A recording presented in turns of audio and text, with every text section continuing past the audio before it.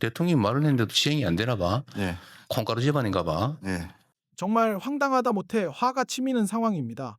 대통령이 이미 지시했고 고용노동부는 전국 지자체에 공문까지 보냈다고 하는데 전달받은 게 없다며 나 몰라라 하는 지자체장이 존재합니다. 근데 지금도 이렇게 여기저기서 몰랐다 이런 얘기 나오는 걸 보고 제가 좀 아쉬웠어요.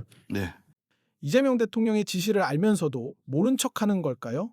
일단 주무부처 장관으로서 그 보도를 보고 저도 놀랬고 대통령께 또 명부스럽습니다. 다만 확인할 수 있는 것은 몰랐다는 것 저도 이해가 잘 안 되는 것이 대통령 말씀 있고 나서 저희들이 실태 조사한다고 다 문서를 내렸습니다. 아, 그랬어요? 네, 그리고 2,200개 되는 공공부문 또 지방정부 모두 지금 실태 조사를 하고 있고 아, 그랬어요? 예, 보도 나오고 나서 월요일 날 다시 한 번 더 모든 지방정부에 다시 한번 문서를 시달했고 또 오늘 행안부 차관이 오셨는데 행안부하고도 공동으로 지방단체 지방정부하고 간담회도 열 예정이고 어제 저희들이 필요하면 이제 지키지 않는 곳에는 불시 점검도 시행하겠다고 보도자료를 냈습니다. 아, 이랬는데도 못 들었다고 하면은 그러니까 못 들은 거 말을 안 했나 그랬더니 말을 했는데 못 들었군요. 못 들었다는 것부터 먼저 가겠습니다. 알겠습니다. 저의 오해였습니다. 네. 그런 게 있으면 신속하게 해명도 하시고 예. 예를 들면 일단 보도라고 하는 게 나오면 언론의 역할이라고 하는 게 있기 때문에 국민들 그렇게 인지하거든요. 콩가루 지방까지 언급한 이재명 대통령과 못 들었다는 곳부터 먼저 가겠다는 고용노동부 장관의 한마디에 웃음이 나옵니다. 하지만 현실은 웃을 수만은 없는 것 같네요. 11개월 29일이란 치졸한 꼼수 어떻게 된 일일까요? 공공기관이나 지자체가 기간제 근로자에게 퇴직금을 주지 않으려고 1년에서 하루나 한 달을 빼서 계약하는 관행에 대해 이재명 대통령도 노동 도둑질이라고 수차례 질타하며 시정을 지시했는데요. 현장에선 꼼수 계약이 여전합니다. 경남 의령군청 민원봉사과 기간제 근로자로 일해온 김모 씨. 김 씨는 6년 가까이 여권이나 민원 서류 발급 업무를 맡아왔는데 최근 일자리를 잃었습니다. 그런데 퇴직금을 받지 못했습니다. 이른바 11개월짜리 계약. 하지만 실제로는 12월 달에도 나와 일했고 수당을 받았습니다. 단지 퇴직금을 주지 않기 위해 1년이 안 되게 계약을 끊어 하는 겁니다. 대통령이 질타한 노동 도둑질입니다. 퇴직금 안 주겠다고 11개월씩 계약하고 있어 지금 전부 다. 정부가 부도덕해요. 이러면 안 된다. 심지어 2달 뒤 대통령은 경남 지역을 찾아가서도 재차 지적했습니다. 그렇게 하지 마라. 11개월 계약하고 퇴직금 안 주려고 내쫓았다가 1년 11개월 29일만 시키고 이게 뭐 하는 거냐 국가가. 하지만 대통령의 지시는 뒷전. 의령군은 또 11개월 계약을 이어갔습니다. 왜 이러는 걸까? 군수에게 물어봤더니 황당한 답변이 돌아옵니다. 사실은 국무회의 내용을 모든 걸 저희들이 다 모르지 않습니까? 저도 그 내용을 이번에 처음 알았습니다. 얼마 전에 그 우리 강원식 실장이 막 그 회의하면서 화내던 것도 있던데 365일에서 364일을 일을 시키고 퇴직금을 안 주고 있더라고요. 창원이야? 창원에서 그랬어요? 아, 그래서 막 아니 그 말이 되냐 대통령이 안 그래도 물론 그 제하고 계약은 그 이전에 한 것 같아요. 1년 지난 다음에 생긴 문제니까. 그렇게 하지 마라. 11개월 계약하고 퇴직금 안 주려고 내쫓았다가 2달 후에 다시 고용하고 또 정규직 안 만들려고 1년 11개월 심지어 1년 11개월 29일만 시키고 이게 뭐 하는 거냐 국가가 모범적인 사용자가 돼야지 적정 임금을 줘야지 최저임금만 주면 되겠냐. 근데 전국이 다 그러고 있어요. 그래서 제가 일단 방침은 정부는 앞으로 공공부문에서도 그렇고 고용할 때 적정 임금을 준다. 네.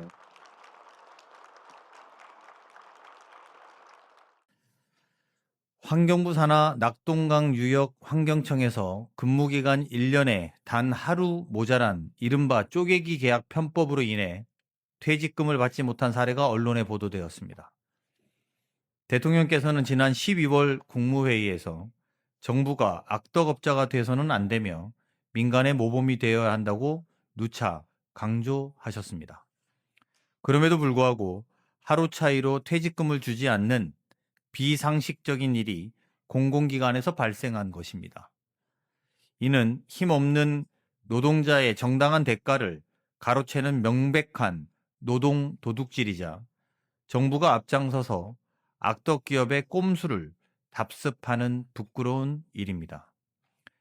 정부가 국민을 상대로 법의 허점을 악용하며 비용 절감에만 매달려서는 민간의 법치와 공정을 요구할 수 없습니다.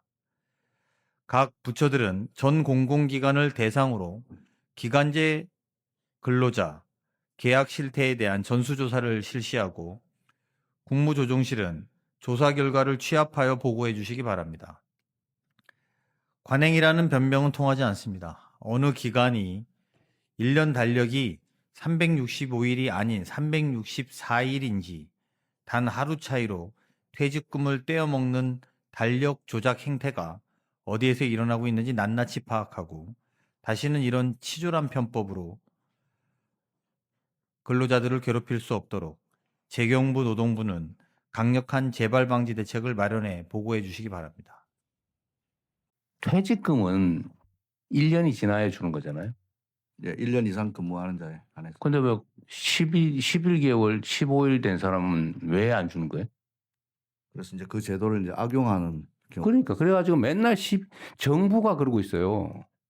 정부도 사실은 2년 지나면은 정규직 된다고 이 1년 11개월 만에 다 해고하죠. 계약도 아예 1년 11개월만 하죠. 또 퇴직금 안 주겠다고 11개월씩 계약하고 있어 지금 전부 다. 그리고 한 달 쉬었다 다시 채용하죠.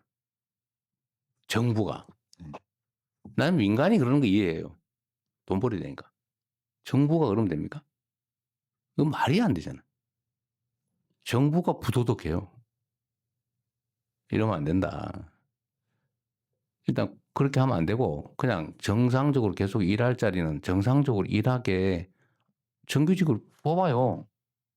예, 상시 지속 업무에 대해서는 그럼 상시지적으로 쏘면 당연히 아니 그게 정부가 먼저 해야지. 노동부는 잘하고 있는지 한번 챙겨보세요. 노동부부터 잘 챙겨. 다른 부처가 그렇게 하고 있는지 챙겨보세요. 네. 다른 부처에 대해서 시정 명령하세요. 알겠습니다. 다른 부처에 대해서. 다른 부처는 시정 명령 당하기 전에 미리 알아서 정리하십시오. 그러지 마십시오. 그리고 1년 지나면 10%를 더 주는 거잖아요. 쉽게 말하면 대충. 한 달치를 더. 한 달치 더 주는 거잖아요. 12분의 1.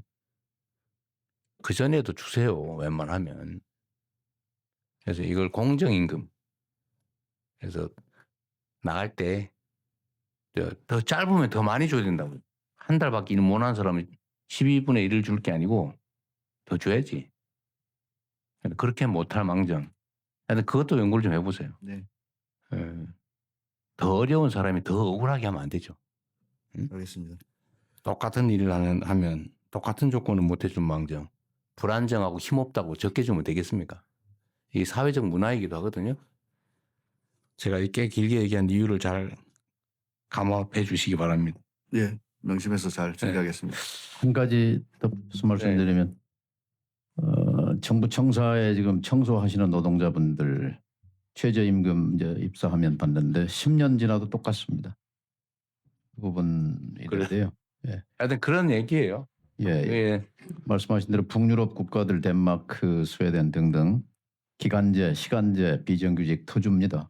더 줘야 되는 건 내가 말씀드린 거예요. 하여튼 맞는 말씀이시고요. 통일부도 있나 잘 찾아보세요. 있을 거예요. 알겠습니다. 특히 산하 기관들. 노동부 장관님 얘기 나왔으니까 제가 그 관련된 얘기 하나 말씀을 드려야 되겠는데, 제가 전에 여러 차례 정부가 모범적인 사용자가 돼야 된다. 네, 그 중에 대표적인 게 최저임금 주고 고용한다든지,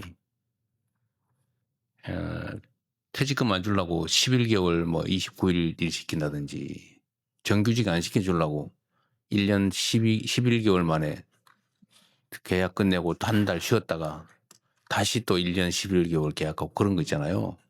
그거 하지 말라고 했잖아요. 제가 여러 차례. 네, 그런데 이게 제가 여기서 얘기를 하면 그게 곧바로 정부 부처는 물론이고 정부 산하 공공기관 또는 관련 협력 단체 기관들 그리고 지방자치정부에 다 신속하게 전파돼 가지고 그 시행이 돼야 되잖아요. 네, 근데 얼마 전에 제가 뉴스 보니까 계속 그걸 하고 있더라고요. 그건 심지어 딱 하루를 빼고 계약을 해가지고 퇴직금 안 주고 또 그게 그런 식의 계약을 또 반복하고, 그래서 그걸 기자가 물어보니까 우리는 못 들었다. 그랬다는 거 아닙니까? 그래서 제가 이게 제가 아무리 강조를 엄청나게 했는데 제가 이런 얘기를 하면 관계 부처들이 각자 관련이 있잖아요. 예를 들면 또 산하기관은 기재부 관계가 있고, 그 행안부는 또 지방정부 관련이 있고, 노동부는 당연히 직접 관계 있고, 다른 부처들도 마찬가지로 다 그 비정규직 고용을 하거나 임시직을 쓰는데, 그러면 이거를 국무조정실이든지 어딘지 한번 모아가지고 신속하게 어떻게 시행할 건지를 기획을 한 다음에 전파하고, 또 예를 들면 적정 임금은 어느 수준인지도 빨리 계산하고, 안 되면 잠정적인 금액이라도 정해서 통보해서 이 정도를 권고를 하든지 기준을 강요할 수는 없지만 기준을 만들어서 전파하고, 계속적으로 쓸 때는 정식으로 고용하고, 퇴직금 적정히 주고, 11개월 일했으면 12개월 해서 주는 퇴직금보다는 더 많이 줘라 오히려. 제가 그 얘기도 했잖아요. 공정임금이라고 이름 붙였던가. 네. 그거 빨리빨리 시행을 해야 되는데 지금도 이렇게 여기저기서 몰랐다 이런 얘기 나오는 걸 보고 제가 좀 아쉬웠어요. 네. 일단 주무부처 장관으로서 그 보도를 보고 저도 놀랬고 대통령께 또 명부스럽습니다. 다만 확인할 수 있는 것은 몰랐다는 것 저도 이해가 잘 안 되는 것이, 대통령 말씀 있고 나서 저희들이 실태 조사한다고 다 문서를 내렸습니다. 아, 그랬어요? 예, 그리고 2,200개 되는 공공부문 또 지방정부 모두 지금 실태 조사를 하고 있고. 아, 그랬어요? 예, 했습니다. 그래서 저희가 보도 나오고 나서 월요일 날 다시 한 번 더 모든 지방정부에 다시 한번 문서를 시달했고, 또 오늘 행안부 차관님 오셨는데 행안부하고도 공동으로 지방단체 지방정부하고 간담회도 열 예정이고, 어제 저희들이 필요하면 이제 지키지 않는 곳에는 불시 점검도 시행하겠다고 보도자료를 냈습니다. 아, 이런데도 못 들었다고 하면은 그러니까 못 들은 거, 말을 안 했나 그랬더니 말을 했는데 못 들었군요. 못 들었다는 것부터 먼저 가겠습니다. 알겠습니다. 저의 오해였습니다. 일단 그런 게 있으면 신속하게 해명도 하시고, 예. 예를 들면 일단 보도라고 하는 게 나오면 언론의 역할이라고 하는 게 있기 때문에 국민들 그렇게 인지하거든요. 대통령이 말을 했는데도 시행이 안 되나 봐. 네, 콩가루 집안인가 봐. 네, 이렇게 되면 안 되잖아, 그죠? 예. 그래서 지금 보는 건 설명을 정확하게 빨리 신속하게 하고 그러면 나머지 마저 시행해 주시고요. 끝나기 전에 비공개하기 전에 제가 하나만 말씀을 좀 드리겠습니다. 우리가 이제 국민으로부터 권한을 위임받아서 우리에게 주어지는 온갖 일들이 있잖아요. 각 부처청 해야 될 일 무궁무진하고, 거기에 보면 조직이 뭐 기본적으로 복잡하게 돼 있고, 또 권한도 좀 많이 나눠져 있고, 밑으로 갈수록 세부적으로 쪼개져 있는데, 이게 자칫 잘못하면 이걸 소위 관료라고 하죠. 관료화라고 하는데 이제 칸을 넘어가지를 않는 거예요.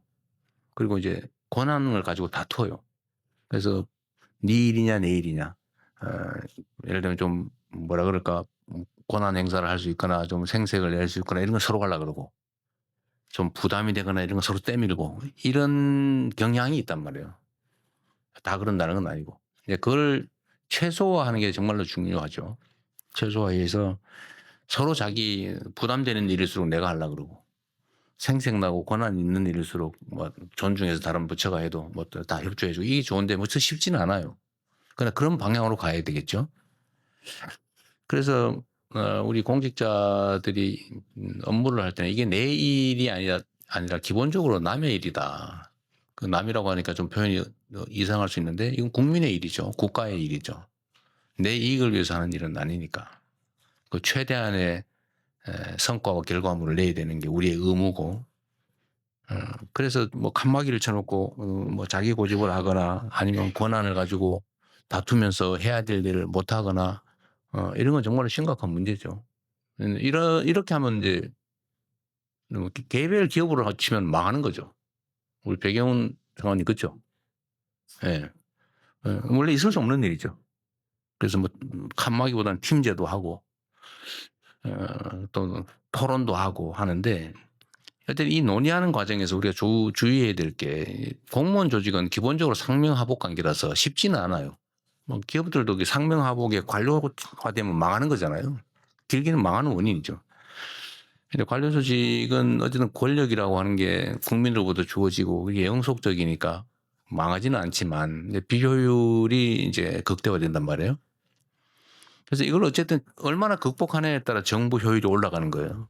그러니까 최대한 우리가 지휘 명령의 수직적 관계를 유지는 하되 거기서 생기는 부작용을 최소화하려면 칸막이를 최대한 낮추고 서로 토론하고 존중하고 협력하고 그래야 된다는 거죠. 물론 충실하면 기본이겠죠. 그런데 지금도 제가 이렇게 보면 뭐 여러분들은 잘 못 느낄지도 모르겠는데 약 밑으로 내려갈수록 이렇게 밑으로 내려가면 내려갈수록 대화가 잘 안 되네 보니까. 그리고 일방적이에요. 그리고 권력 관계가 작동해요. 예를 들면 장관과 차관, 차관과 국장, 실장 이 관계도 이러면 대화가 안 되거든요. 수평적인 관계에서 대화는 어느 정도 좀 정착돼 가는 것 같은데 이 수직적 관계에서는 대화가 아니고 오로지 지휘 명령만 있는 것 같아요. 지휘와 복종만 있는 것 같습니다. 이러면 조직이 발전이 안 돼요. 제가 뭐 전에도 말씀드렸지만 세상은 일선에서 현장에서 막 변해가는데 빠르게 변해가는데 일선에서 가장 늦은 사람이 가장 큰 권력을 가지고 있는 게 이 관료 조직의 특성이거든요. 제가 제 최고의 권력을 가지고 있지만 사실 가장 멀리 떨어져 있죠. 현장으로부터. 그래서 저도 조금만 자칫 놓치면 옛날 사람 돼버리는 거예요. 저도 그러지 않으려고 많이 노력하죠. 그래서 가능하면 여러분 의견도 아니면 뭐 국민들의 의견도 하다못해 그래서 뭐 밤늦게까지 여기저기 뒤지면서 뭐 혹시 뭔 얘기 하나 이렇게 몰래 한번 들여다보고 뭐 이렇게 하는 거예요. 메시지 오면 제가 다 읽어보고 딱 밤에 막 12시에 막 1시에 보내는 이유는 제가 잊어버릴까 봐 그런 거예요. 그래서 제가 부탁을 좀 드리고 싶은데 어쨌든 수직적 조직이지만 최대한 수평적 문화가 좀 도입되고 정착되도록 노력해 줘야 된다. 그리고 지휘와 명령, 복종은 기본이긴 한데 그럼에도 불구하고 대화 소통해야 된다. 현장으로 내려갈수록 즉 직급이 낮으면 낮을수록 가장 국민에게 가깝죠.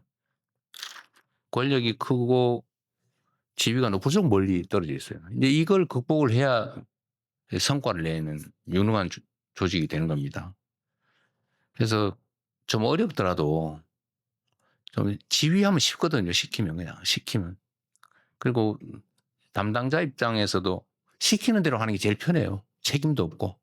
그러면 그 조직 발전이 안 돼요. 국가 발전도 지체되겠죠. 어렵겠죠. 그래서 이걸 최소화하려면 정말로 수평적으로 존중하고 대화를 해야 되는데 그러려면 상급자의 노력이 필요합니다.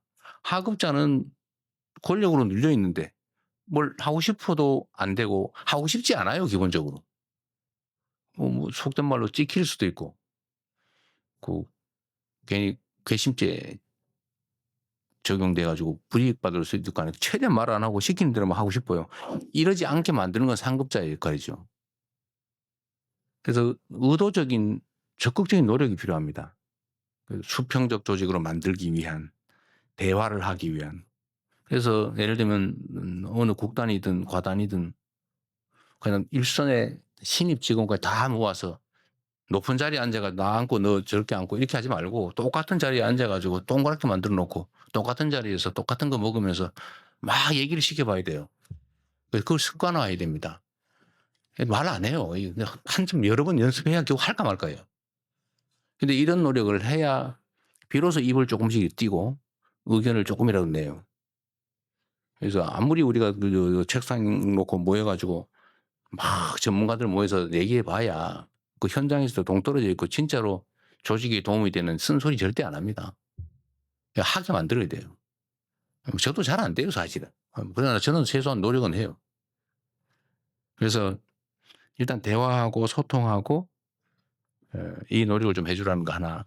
두 번째는 기관과 조직들 또는 공직자들 사이에 의견 다툼이 벌어지는 경우가 많아요. 이건 자연스러운 거예요. 이건 나쁜 게 아니에요. 의견 다툼이 없는 건 진짜 문제예요.